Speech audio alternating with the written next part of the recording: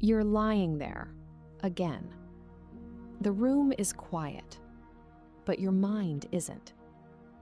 And the harder you try to stop overthinking, the louder your mind gets. If you're watching this right now, chances are this is a familiar feeling. One that shows up in the middle of the night, when the world gets quiet enough for every thought you pushed aside during the day to come rushing back. The thing about overthinking at night is, it doesn't mean something is wrong with you. It means your mind is doing exactly what minds do when they don't have anywhere to put all the things they've been carrying. During the day, you're busy. You're constantly moving. You're responding to emails, handling conversations, making decisions. Your brain doesn't have time to spiral because there's always something else demanding its attention. But at night, when the noise of the day fades out, the small worry you brushed off, the conversation that didn't sit right, the future scenario you keep rehearsing, and your mind, which has been holding all of it together for hours, finally lets go of the reins.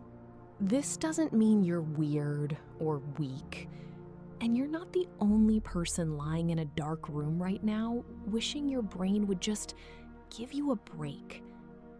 And if you've been searching for something that actually helps, but haven't found the solution yet, know this: you're not failing.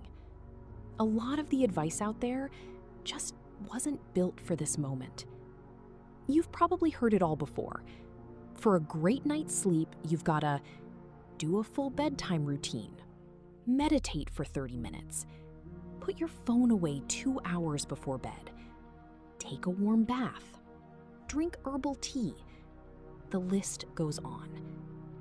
Now, that's great advice, of course.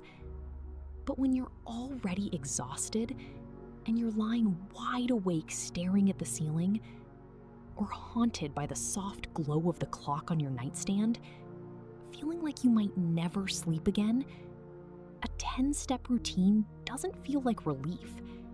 It feels like another thing on a to-do list that you can't finish. Instead, we need a stopping point. A stopping point is a small, repeatable signal that tells your body the day is over. Think of it like a bookmark. A stopping point is that bookmark for your day. It says, I'm here. This is where I end. Tomorrow picks up from this point. It's as simple as that. No fancy apps or 45-minute wind-down rituals. You just do one simple action, the same way, at the same time, every night. So let's go over 3 stopping points you could try. You don't have to do all 3 tonight. Just pick one that sounds easiest for you. The first stopping point is dim the lights. This is probably the simplest one, and it works because your body is wired to respond to light. Bright light tells your nervous system it's daytime, stay alert. Dim light tells your nervous system it's evening, time to unwind, slow down, and let go. So here's how it works. At the same time every night, maybe 10 p.m. or maybe 11 p.m., dim at least one light in your bedroom. Or turn it off entirely and let the only light in the room come from something soft, like maybe a small lamp or a candle. That's the whole stopping point. This doesn't mean that you have to get ready for bed. You just dim the light, and you let your body start to recognize that signal. It might take a few days, or it might take a week. But over time, your nervous system starts to associate that dimming of the light with a signal that the day is ending.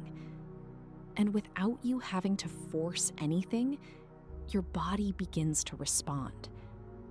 Your breathing slows, your shoulders drop, the room feels different, and you feel calmer.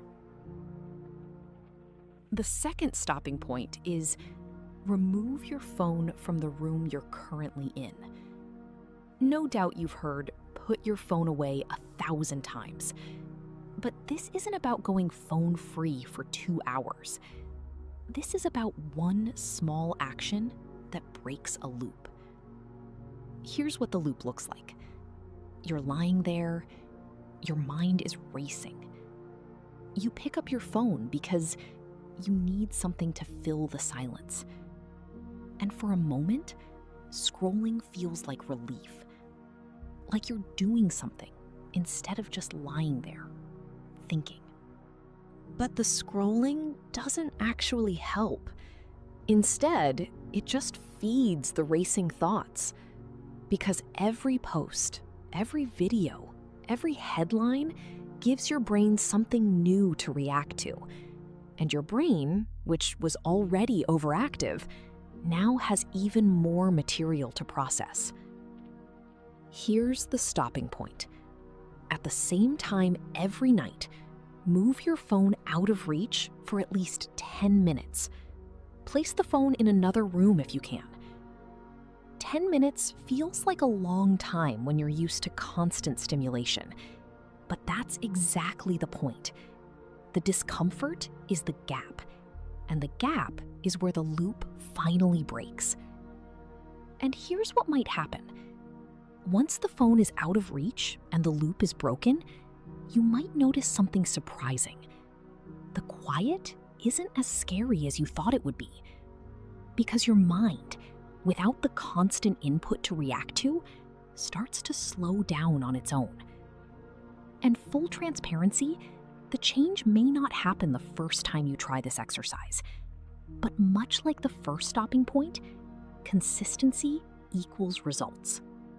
Now we're on to the final stopping point. This one is for thoughts that play on a constant loop, like a song that your mind can't stop playing. Here's how it works. Right as the lights go dim, reach for a notepad and write one sentence about whatever's been quietly nagging at you. There's no need for a 10-page journal entry or a deep dive analysis. You're only writing down one line. Maybe your one line might be something like, I'm worried about the meeting tomorrow. I don't know if I'm making the right decision. Whatever it is, you put it on paper so your brain doesn't have to constantly replay it. When your brain keeps replaying a thought, it doesn't believe you've handled it yet. Writing it down, even one messy sentence, is the signal your brain has been waiting for. And the beauty of one line is that it doesn't ask much of you. You don't have to solve the problem. You don't have to figure out how you feel about it. You just have to name it. Now, when it comes to stopping points, no matter which one you choose to work with, remember, repetition is key. Because when you do the same small thing, the same way, at the same time every night, your nervous system starts to recognize it, and your mind begins to look for that signal, something it can count on, something that shows up every night, without fail. Maybe a thought is already forming in your mind. What if it doesn't work? What if you dim the lights, put the phone down, write the thought out, and an hour later you're still lying there, wide awake, the same loops running? That's okay. It doesn't mean you did it wrong. A stopping point isn't a cure. It's not an off switch for your brain. It's a small kindness you give yourself at the end of a long day.